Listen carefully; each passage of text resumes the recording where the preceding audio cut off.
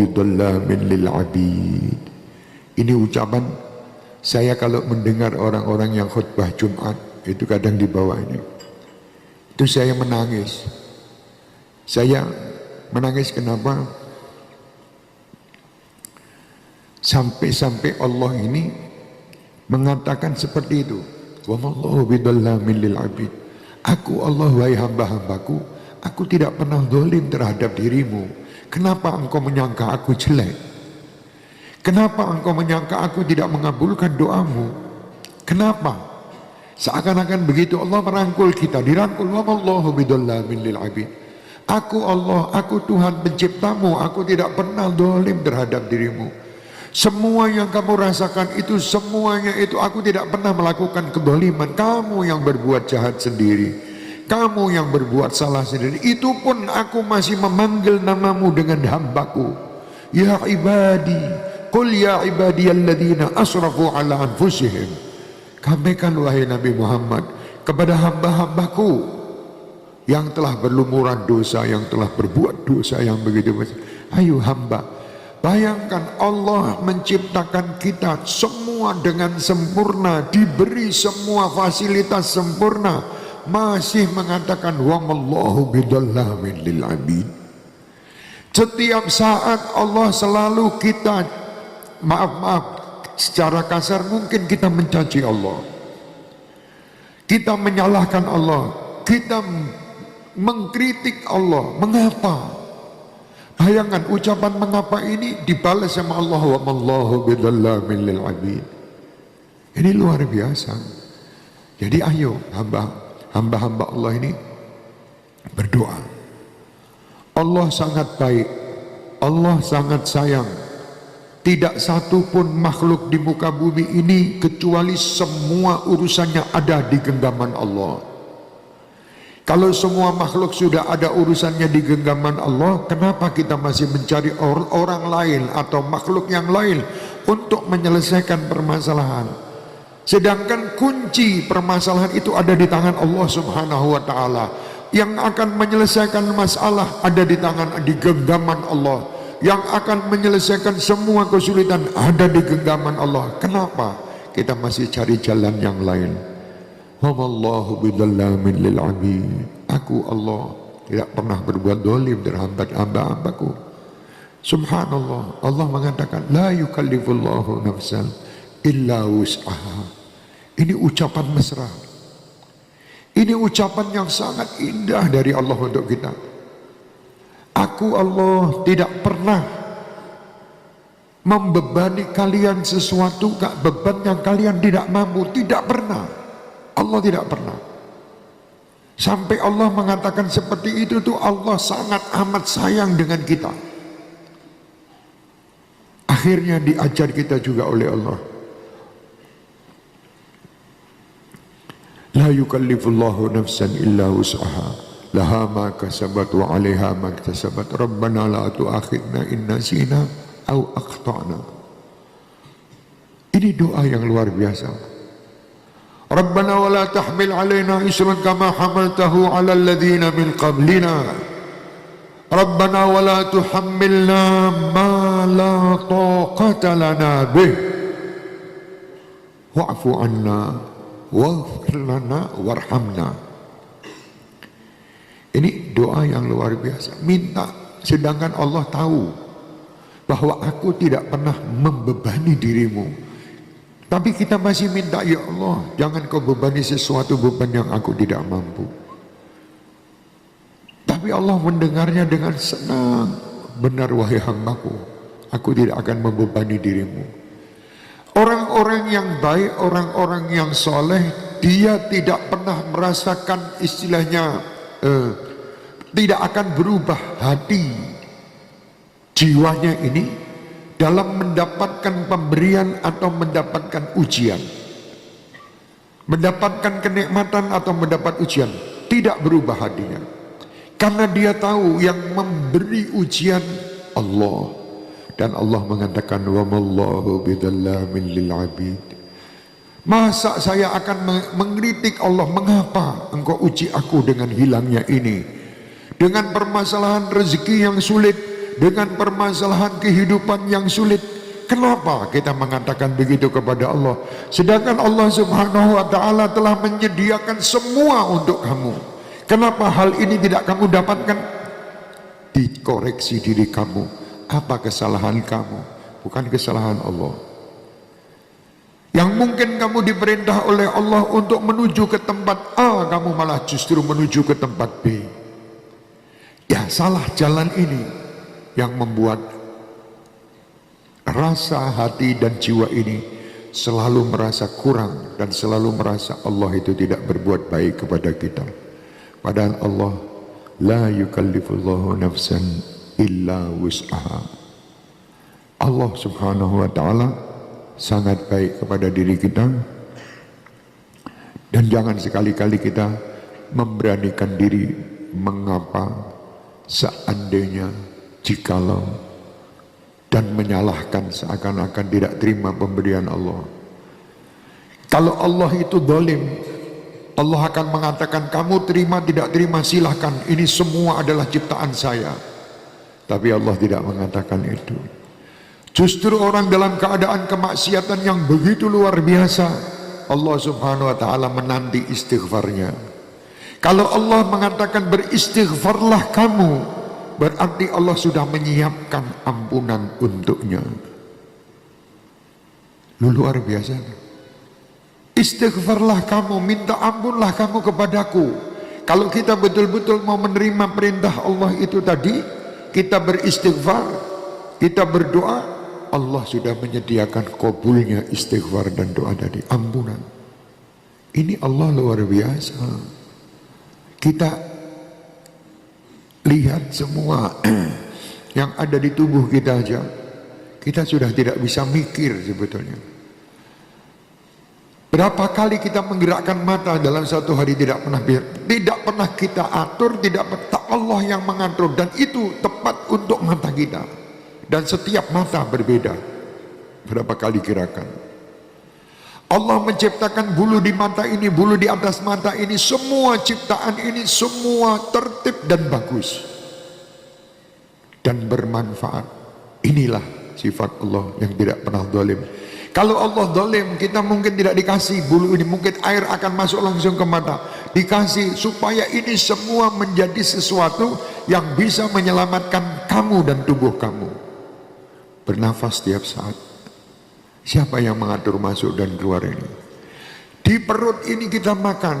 Setiap kita makan, subhanallah, makanan itu sudah ada yang menerima sendiri-sendiri. Diatur. Siapa yang mengatur di dalam perut ini? Sekian miliar manusia. Dan setelah itu yang tidak ada manfaatnya dikeluarkan oleh Allah. Keluar dari tubuh kita manfaat bagi makhluk yang lain. Terus ini. Siapa ini? Wa mallahu bidzallamin lil 'abid. Allah tidak pernah zalim.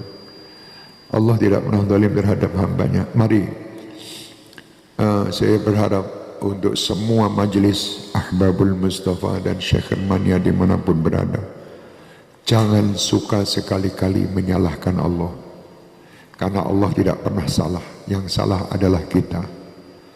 Jangan sekali-kali kita malas untuk berdoa. Mintalah kepada Allah. Dan jangan menentukan hasil daripada doa.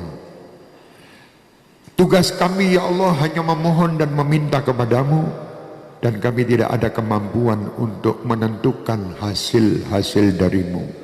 Semua hasil kami yakin engkau pasti akan berikan kepadaku yang terbaik. Tidak mungkin engkau akan memberi kepadaku yang tidak baik, karena engkau telah menjanjikan sendiri di dalam Al-Quran. Engkau tidak mungkin membebani kami kepada beban yang tidak baik. Beban yang kami rasakan berat itu karena ketidakmampuan kami, karena kebodohan kami, karena kejahilan kami dalam menerima ujian-ujian yang kau berikan kepada kami. Sesungguhnya ujian dan kenikmatan yang kau berikan kepada kami semua adalah nikmat, karena yang menguji adalah kekasih. Karena yang menguji adalah Allah yang maha cinta, yang mengatakan wa mallahu bidzallamin lil 'abid. Ini kalau kita mau menerima benar, insya Allah tidak ada apa-apa ini. Tetapi kita ini tidak pernah mau menerima yang benar, yang kita tonjolkan nafsu pribadi kita. Nafsu yang amarah bisu, yang sedikit-sedikit kita hanya menyalahkan kanan kiri kita dan menyalahkan pencipta kita. Mari kita bertobat dengan ucapan-ucapan yang pernah kita lakukan terhadap Allah. Berhusnudzonlah kepada Allah. Yakinlah kita ini hamba. Seandainya Allah setiap hari ya mematikan dan menghidupkan kita, menyiksa kita setiap hari, kita wajib mengatakan iya, karena kita adalah ciptaannya. Terserah pencipta akan diarahkan kemana. Allah akan mengarahkan kita ke jalan yang baik semenjak kita mau berikhtiar di jalan yang baik, mau meniatkan segala sesuatu, niat dengan jalan yang baik. Niat aja bayangkan luar biasa. Kamu meniatkan sesuatu walaupun belum sampai kamu amalkan, sudah dihitung oleh Allah pahala. Ini luar biasa ini. Sampai diceritakan ada seseorang lewat, di situ dilihat ada berapa gunung yang besar di sekitarnya, dan dia mengatakan kepada yang di samping-sampingnya, seandainya gunung ini menjadi emas, niscaya gunung ini akan aku sodakohkan kepada seluruh penduduk yang ada di tempat ini. Walaupun menurut akal itu khayal, tetapi Allah tidak menyia-nyiakan keinginan dan niat hamba yang baik tadi. Ada seseorang yang mengatakan di dalam mimpinya, sampaikan kepada fulan ibn fulan bahwa niatnya tadi sudah dikabulkan oleh Allah dan dia mendapatkan pahala bersodakoh gunung emas untuk seluruh masyarakat yang ada di kotanya. Baru niat. Itu kan baik. Jadi semua kebaikan-kebaikan itu Allah berikan kepada umat Nabi Muhammad SAW. Tapi kita jangan lupa, kebaikan itu tidak akan kita dapatkan kecuali karena manusia terbaik Muhammad SAW. Kuntum khaira ummatin ukhrijat linnas. Ini kalian sebaik-baik umat yang ada di sekitar kita ini. Manusia terbaik adalah umat Nabi Muhammad. Kenapa tadi terbaik? Karena ada Nabi Muhammad embel-embel. Manusia yang tidak ikut Nabi Muhammad bukan manusia yang kuntum khaira ummah. Tidak bisa. Walaupun dia berbuat jutaan kebaikan di muka bumi ini, tetapi dia tidak mengikuti Nabi Muhammad, bukan khaira ummah. Walaupun sekarang kan banyak, yang penting kan baik, tidak harus ikut Nabi Muhammad, tidak harus ikut Islam. Yang penting kita berbuat baik. Tidak ada artinya kebaikan Anda di akhirat. Anda hanya berarti di media-media sosial bahwa Anda terkenal orang yang baik, tetapi media malaikat Anda tidak dikenal. Di media sosial, di media semua mengenal Anda bahwa Anda adalah orang yang berderma, yang luar biasa. Semenjak semua yang kalian lakukan tidak ada dasar Islam dan dasar Nabi Muhammad, cuman tertera di media-media sosial, tidak tertera di media akhirat. Di akhirat tidak ada namanya. Di dunia mungkin dia termasuk 10 orang terbaik, 10 orang yang mendermakan hartanya triliunan rupiah. Baik di media sosial, media malaikat dia tidak terdaftar. Nanti di akhirat dia tidak akan mendaftar, tidak akan terdaftar di surga, karena dia mengkufuri nikmat Allah, terutama dia tidak Islam dan beriman. Ya, jadi hati-hati. Jadi sekarang banyak juga ucapan-ucapan seperti itu menyakitkan nama Rasulullah, menyakitkan para wali Allah, dan menyakitkan istilahnya sahabat-sahabat Rasulullah. Yang lebih menyakitkan lagi kalau menyalahkan Allah Subhanahu wa taala. Naudzubillah min dzalik. Mari jamaah-jamaahku yang saya cintai, kalian orang baik. Kalian ini datang ke sini dan mengikuti majelis-majelis kita karena kalian sudah tertulis di sisi media akhirat. Tertulis bahwa kalian orang-orang baik. Jangan sampai kebaikan-kebaikan itu hilang karena perasaan-perasaan yang tidak baik terhadap Allah, tidak baik terhadap Rasul, tidak baik terhadap salihin, tidak baik terhadap waliullah dan sahabat-sahabat Rasulullah. Jangan, mari kita benahi hati ini. selalu penuh dengan husnudzan dengan Allah, husnudzan dengan Rasulullah, husnudzan dengan semua makhluk Allah, husnudzan dengan sesama. Insya Allah kita akan selamat. Husnudzan, ya, husnudzan itu walaupun tidak semua, maksudnya tidak segala sesuatu itu husnudzan kabeh. Misal contoh gini, saya menaruh HP di jalan, saya husnudzan sama masyarakat tidak hilang, itu salah. Dalam ikhtiar tidak boleh begitu. Husnudzan, husnudzan. Sewaktu ada pencuri datang ke rumah kami, atau misalnya ada seorang laki-laki datang mau masuk ke kamar kami, sedangkan di kamar kami ada istri kami, wah saya husnudzan, siapa tahu dia waliullah. Tidak ada. Itu bukan husnudzan, jahil, itu orang jahil, ya. Jadi kadang sekarang ini banyak orang yang nyalah artikan tentang husnudzan, ya. Husnudzan itu kalau memang begini, kalau kita tidak ada apa-apa, tahu-tahu terus kita